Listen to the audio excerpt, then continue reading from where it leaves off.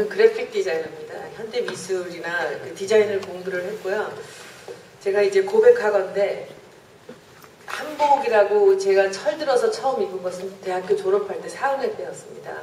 그때 막 시집온 우리 셋째 새언니 옷을 빌렸는데 제가 키가 크고 팔이 길어서 한복집에 가서 수리를 해서 입고 도를 줄여서 줬습니다. 그리고 결혼할 때도 왜 한복 같은데 돈을 써야 되는지 짜증을 내면서 억지로 한 번 했다가 그걸로 끝이었습니다. 그러다가 제가 한복을 다시 입은 것은 2010년입니다. 한 30년이 넘어 있다가 한복을 다시 입게 되었는데 그때 제가 한국 스타일 박람회 예술 감독을 맡으면서 이제 뭐 한지, 그 한옥 이렇게 여러 가지 이제 한국의 문화에 관련되는 전통 문화 관련된 부분들을 보면서 한복하시는 분들을 만났고 한복을 입고 싶다는 생각이 처음 들게 하는 옷을 만났습니다. 그래서 그때 처음 한복을 입었고 그리고 나서 이제 그때부터 하루에 1년이면 한 3벌이나 4벌씩 한복을 새로 만들어 입습니다. 새로. 그렇게 입고 있는데 제가 그렇게 한복을 잘 입는지를 모르시는 분인데 왜 저를 여기 오늘 불렀는지 잘 모르겠습니다. 그래서 사실 밀라노를 이제 제가 이번 주 이제 목요일날 떠나기 때문에 굉장히 지금 분주한 속인데 왜 저한테 이거를 시켰을까라고 하면서 제가 이 글을 써서 이제 먼저 넘기고 다시 이제 오늘 준비를 하면서 사실 어제부터 계속 집중을 하면서 제가 무슨 말씀을 드릴까 하는 이제 말씀을 생각을 했습니다. 저는 제가 오늘 전혀 한복의 전문가가 아니기 때문에 한복에 대해서 아는 바도 없고 단지 저는 한복에 돈을 쓰기는 합니다. 그런 연유로 제가 여러분들께 오늘 한번 제가 생각하는 말을 말씀을 드리려고 합니다. 여러분들이 들으시기에 조금 불편하시거나 제가 뭔가 좀 틀린 말을 해도 저는 1년에 그래도 3벌에서 5벌씩 한복을 사는 사람이니까 봐주시기 바랍니다. 이번에 밀라노 가면서는 제가 작가 선생님들 전부 한복을 입게 제가 해드렸고요. 저도 한복을 한 여러 가지 종류로 한 3벌 정도를 제가 다시 맞췄습니다. 그러니까 제가 아주 객관적인 시각으로 한복이라는 것이 결혼하고 30몇 년 만에 처음으로 한복을 입었고 지금은 아주 즐겨서 한복을 입는 사람으로서 제가 아주 객관적으로 이 마케팅적 측면입니다. 아까 말씀 중에 여러 가지 말씀이 나오는데 한복 하시는 관련자 분들의 마케팅이 아니고요. 한복의 마케팅입니다. 그 마케팅이 도대체 뭘까요? 저는 제가 브랜드를 전문으로 하고요. 제가 97년도에 차미슬이라는 브랜드를 만들었습니다. 차미슬이라는 브랜드를 만들고 디자인을 해서 1조 2천억 원을 1년 만에 팔았습니다. 그 뒤로 2006년에도 아주 쉬운 걸로 처음처럼 또 만들어서 했고요. 물건을 파는데 도움을 드리는 그런 사람입니다. 제가 하는 일은. 제가 한복을 보면서 왜 저를 여기 부르셨을까? 그러면 제가 한복에 어떤 도움을 드릴 수 있을까? 그리고 제가 한복을 자주 입는 사람으로서 무슨 말씀을 드리면 될까를 생각을 했습니다. 그래서 다시 한번 말씀드리지만 제가 혹시나 여러분들께 이렇게 마음에 상처가 되거나 불편하게 만들어 드리는 일이 있으시더라도 이것은 제가 좋은 의미에서 드리는 말씀이니까 그렇게 들어주시기 바랍니다. 제가 이제 이 한복을 어떻게 해볼까, 어떻게 말씀을 드릴까 하면서 다시 말씀드리지만 우리가 한복의 가치를 다시 찾고 그리고 한복을 활성화시켜야 되는 겁니다. 그 활성화는요, 너무 쉽습니다. 우리나라 국민이 여러 자리에 한복을 많이 입어야 된다는 거죠. 제가 여기 오기 전에 2분이 저한테 문자를 주셨어요. 관련자 분이십니다. 여기 계신 분들이요. 예복을 얘기하라고. 한복을 예복으로서 한복을 얘기하라고 말씀을 하시는데 저는 그 말씀은 제가 안 드려도 된다고 생각해요. 한복이 지금 유일하게 남아있는 분야가 예복밖에 없습니다. 결혼식밖에 안 입습니다. 한복은 예복으로서는 누구도 뭐라고 말할 수 없을 정도로 제 자리를 지키고 있습니다. 친구들도 항상 결혼할 때 아들, 딸 있는 애들은 파란 거 하나, 핑크색 하나, 아들만 있는 애들은 뭐 파란 거 하나, 이런 식으로 평생 한 번 입는 게 끝입니다. 그리고 이제 좀 여유가 있고 줏대가 있는 집안에서는 뭐 어머님의 희수연이나 이럴 때 똑같이 한복을 맞춰 입죠. 한복은 예복입니다. 지금 남아있는 장르 하나. 그런데 아까 관장님 말씀하신 것 같이 밭에서 일을 할 때도 우리가 흰 한복을 입었다라고 말씀하시는데 지금 여러분들 제가 정말 좀 이따가 더 여러분들 가슴 아픈 소리만 말씀드리겠습니다. 왜 한복을 안 입는가를 먼저 봤습니다. 제가 브랜드를 만들 때 항상 그 브랜드가 시장 조사를 합니다. 브랜드에 대해서. 이 브랜드가 지금 경쟁하는 상대는 누구인가? 왜 경쟁 상대가 이 브랜드보다 더 많이 팔리는가? 사람들이 왜 이걸 좋아하는가? 이걸 분석하지 않으면 다음을 갈 수가 없습니다. 그래서 제가 일하는 거 그대로 단점하고 장점을 한번 봤습니다. 지금 이 장면은 잠깐만요. 이 장면은 제 동창회, 여고 동창회에 가면은 모든 아줌마들이 정말 롯데호텔에서 한 1200명이 모여서 하는데 항상 정말 보석같이 빛나는 옷들을 입고 항상 오는데 저는 몇 년 전부터 계속 한복만 입습니다. 그 뒷모습이에요. 제가 머리에 꽂은 것은 나전칠기 제가 거의 이제 그쪽 관련 일을 많이 하고 있기 때문에 하고 이렇게 비즈가 있는 한복을 만들어서 입어요. 그날 1200명 중에서 저보다 더 예쁘고 더 부자들도 많아요. 더 좋은 옷 입으신 분들 너무 많은데 그날의 주인공은 전부 한복 입은 사람입니다. 가장 예쁘고요. 누구나 다 알고 있습니다. 그것을. 그쵸? 그래서 그 뒷모습입니다. 그래서 그걸 보여드렸고요. 다음에 이제 제가 이 단점 보시면 여러분들 너무 잘하실 거예요. 이거는 제가 인터넷과 제 주변 사람들한테 물어서 하나씩을 메모를 해서 쭉 나열을 한 겁니다. 고름이 잘 풀리고 폭이 넓고 거추장스럽고 길고 불편하고 옷감이 옛날 거고 행동이 불편하고 조심조심 걸어야 되고 복잡하고 가정이 많고 옛날 사람 같은 거죠. 나이 든 사람들이 입는 거지 우리는 입을 게 아니다. 보관도 힘들다. 세탁 어렵고 겹겹이 많다. 복잡하다. 여름에 덥다. 어떻게 일상생활에 입느냐. 입는 시간이 오래 걸린다. 이 모든 게 단점이에요. 이걸 정리를 한번 해봤습니다. 3가지입니다. 불편하다, 비싸다, 옛날 것 같다. 여러분들 인정하시죠? 여러분들 이것을 인정하시죠? 비싸다는 뭐 많이 안 팔리니까 하나 할 때 맞춰야 되고 하니까 비싼 거 당연하고요. 원단도 비싸고 손질도 많이 가고 불편하다를 보십시오. 고름이 잘 풀린다, 폭이 넓다, 길이가 길다, 복잡하다, 화장실 가기 힘들다. 제가 여러분들 이제 제가 좀 바른 소리 하나 할게요. 저는 정말 오늘은 안 그럴 줄 알았어요. 근데 오늘도 너무 많은 분들이 박스에 다 싸갖고 오셔서 여기 와서 갈아입으시더라고요. 여러분들이 그러시면 안 되죠. 그럼 어떻게 남들한테 한복을 입으라고요? 한복을 일상 속에서 여러분들이 입고 나오셔야 돼요.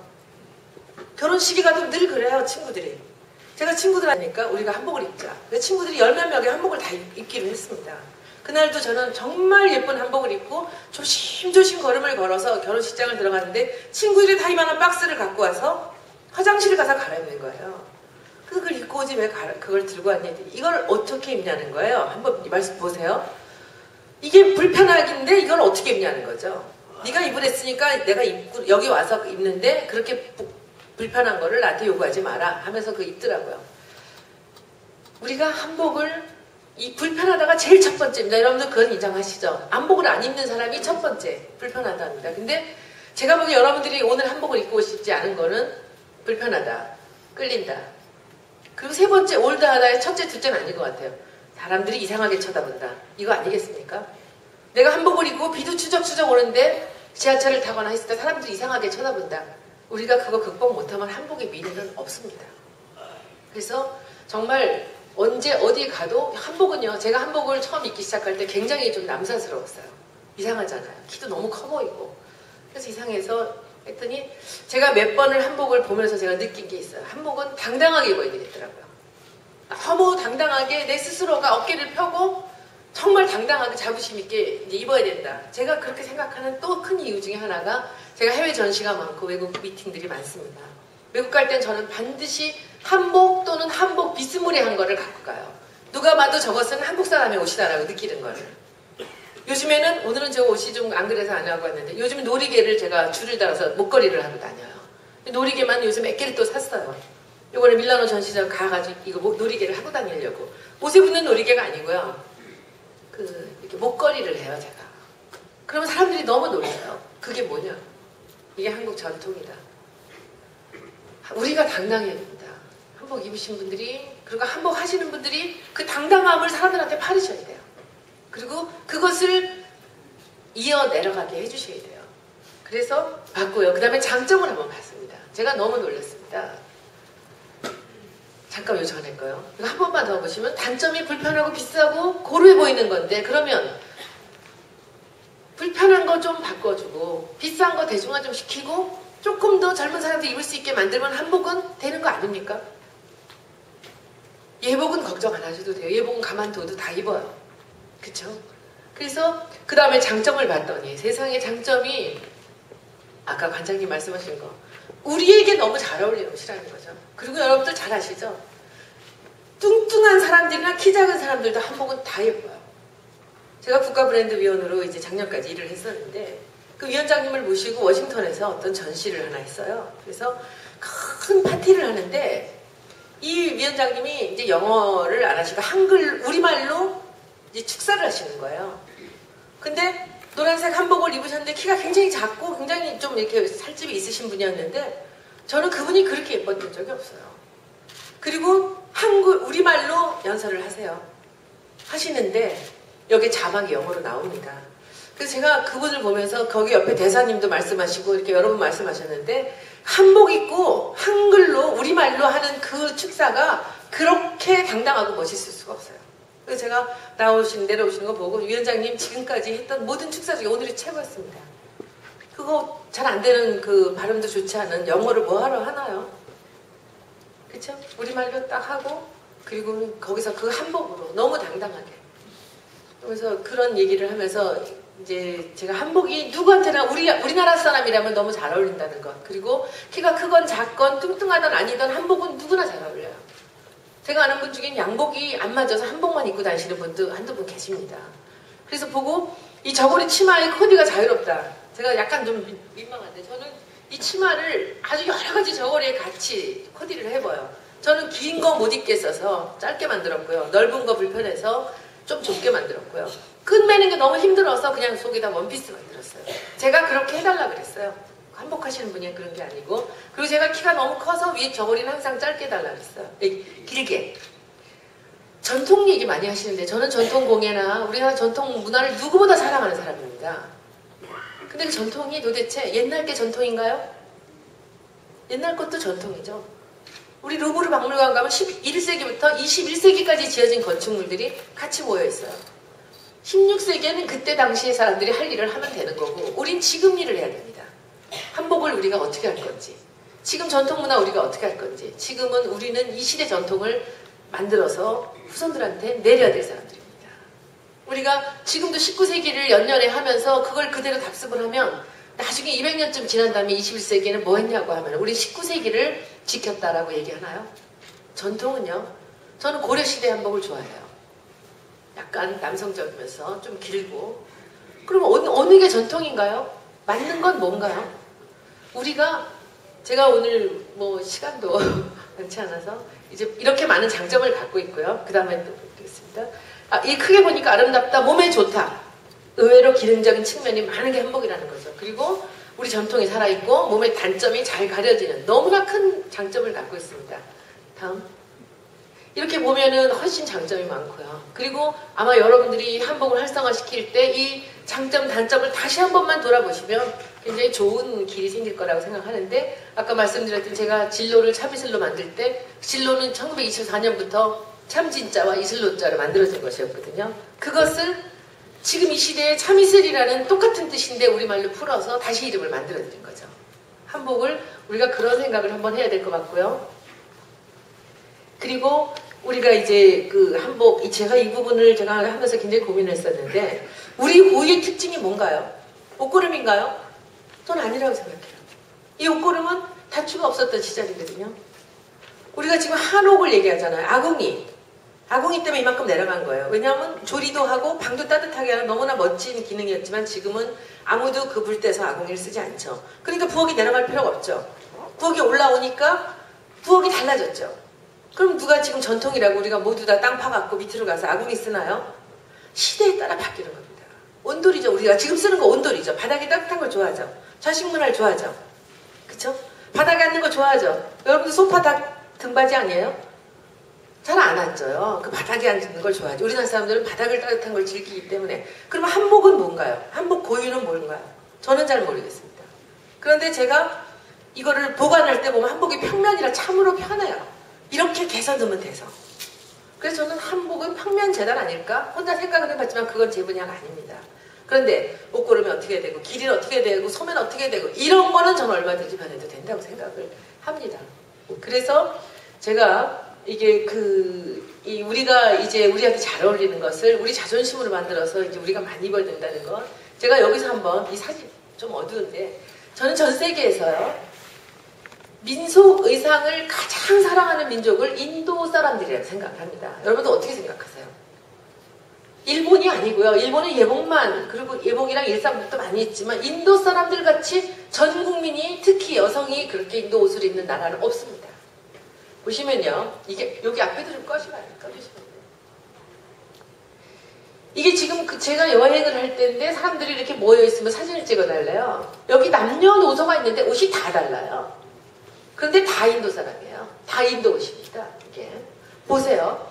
그리고 의외로 보니까 제가 이번에 한복하면서 그걸 유심히 봤는데요. 이렇게 잘라서 밑에 바지가 있어요. 이거는 언젠가 개발한 거죠. 다시. 그죠? 긴 거, 그리고 속에다 뭐 티셔츠를 입는 사람, 속에 맨살을 입는 사람, 이게 굉장히 다양한데 제가 찾아보니까 한 크게는 5가지 종류로 나눠지더라고요. 이 옷이. 그리고 다음 사진 보시면 이거 보세요. 이것도 보면 이 넷이서 다 인도 옷을 입고 있는데 다 달라요. 외국인들이 보기에는 저건 무조건 저 인도의 전통 의상인데 이렇게 다르게 자기 나름대로 이렇게 코디를 해요. 근데 인도 옷은 이런 큰 숄이 아닐까라는 생각이 듭니다. 이걸 두르면 다 인도 옷이에요. 근데 두르는 방법은 사람마다 다르고 옷마다 다 달라요. 감도 다르고. 그리고 이런 옷들. 그 사람들은 모든 평상복이 다 자기네 옷입니다. 외국에 가도 자기네 옷만 입고요. 그게 자부심일까요? 저는 아까 3가지인 것 같아요. 첫째, 편한 거죠. 자기들은 자기 이 옷을 입는 것이. 그리고 2번째는 굉장히 저렴한 것부터 굉장히 비싼 것까지 다양하고 3번째는 자기들 스럽다고 생각하는 거죠. 그러니까 입는 거죠. 그죠? 우리가 단점이라고 생각한 거를 거꾸로 보면 그렇게 보고 그 다음에는 이제 이 옷들도 제 그림에서 한번 쭉 찾아봤어요. 그랬더니 굉장히 다양한, 엄청나게 다양하고 오랫동안 발전되어 온 인도의 옷들이 있더라고요. 그리고 이제 마지막으로 제가 이거 뭔지 아세요? 교복이에요. 한복 갖고 교복 연구를 한번 했다는 얘기 제가 들었는데 결과를 못 봤는데요. 세상에 저렇게 단순한 옷을 입혔는데 저게 인도의 옷입니다. 이게 이렇게 앞에다가 뒤에 붙어 있더라고요. 여기 애들 불편하지 않게. 그리고 떼었다 붙였다 하게 빨래할 때는. 교복에 어려서부터 이 자기네스러운 옷들을 입고 사랑하게 만든 거죠. 그래서 이제 마무리를 하겠습니다. 여기서 보시면 뒤에 하나 안 나오나? 여기서 마지막에 제가 말씀드린 거 하나 저는 말씀드리고 싶어요. 저는 한복을 좋아하고 사랑하고 많이 입는 사람으로서 우리는 한복을 많이 입도록 저는 전도사 하겠습니다. 여러분들은요. 정말 불편하지 않고 비싸지 않고 그렇죠? 3번째가 뭐였죠? 그리고 그 불편하지 않고 비싸지 않으면서 여기서 옛날 것 같이 보이지 않는 이 원단이요, 이거요. 제가 여기 계신지 모르겠는데 제 한복 만들어주시는 분한테 난 한복이 춥다 겨울에 그래서 명주만 갖고 하지 말고 나 옷에다가 캐시미어 넣어줘. 그랬더니 아우 선생님 어떻게 거기다가 그래서 내가 입을 걸 넣어달라는데 왜 네가 그래. 그래서 여기는 명주 좋아. 근데 난 여기는 캐시미어 넣어줘. 그래서 캐시미어 넣어준 거예요. 너무 따뜻해요. 원단을요, 명주밖에 없을 때 명주 썼지만 지금 너무 다양한 원단이 많습니다. 그리고 물빨래 되는 거 좀 만들어주시면 좀 싸게 팔면 안 돼요? 요새 너무 좋은 화성이 많습니다. 그쵸? 예복은 좋은 거 하죠. 결혼식 때는. 그래서 이 대중화 시켜주시고 그리고 한복이라는 것이 무엇인가 우리가 지켜나갈 것은 무엇이고 바뀌어도 되는 부분에 여지를 주지 않으시면 한복의 미래는 없습니다. 지키긴 우리가 뭘 지키나요? 18세기 지키나요? 왕의 옷을 만드는 것 이거는 누군가가 이 지식이 내려가야 됩니다. 그러나 우리가 목표하는 거 아까 말씀드렸죠? 많은 사람들이 입게 만드는 게 우리의 목표입니다. 그래야 한복이 활성화됩니다. 제가 여러분들의 마음을 건드리는 말씀을 드렸다면 용서해 주시고 제 말씀 여기서 마치겠습니다. 네, 좋은 말씀 해주신 송미화 대표님께 다시 한번 뜨거운 박수 부탁드립니다. 감사합니다. 자, 다음은 송항옥 교수님.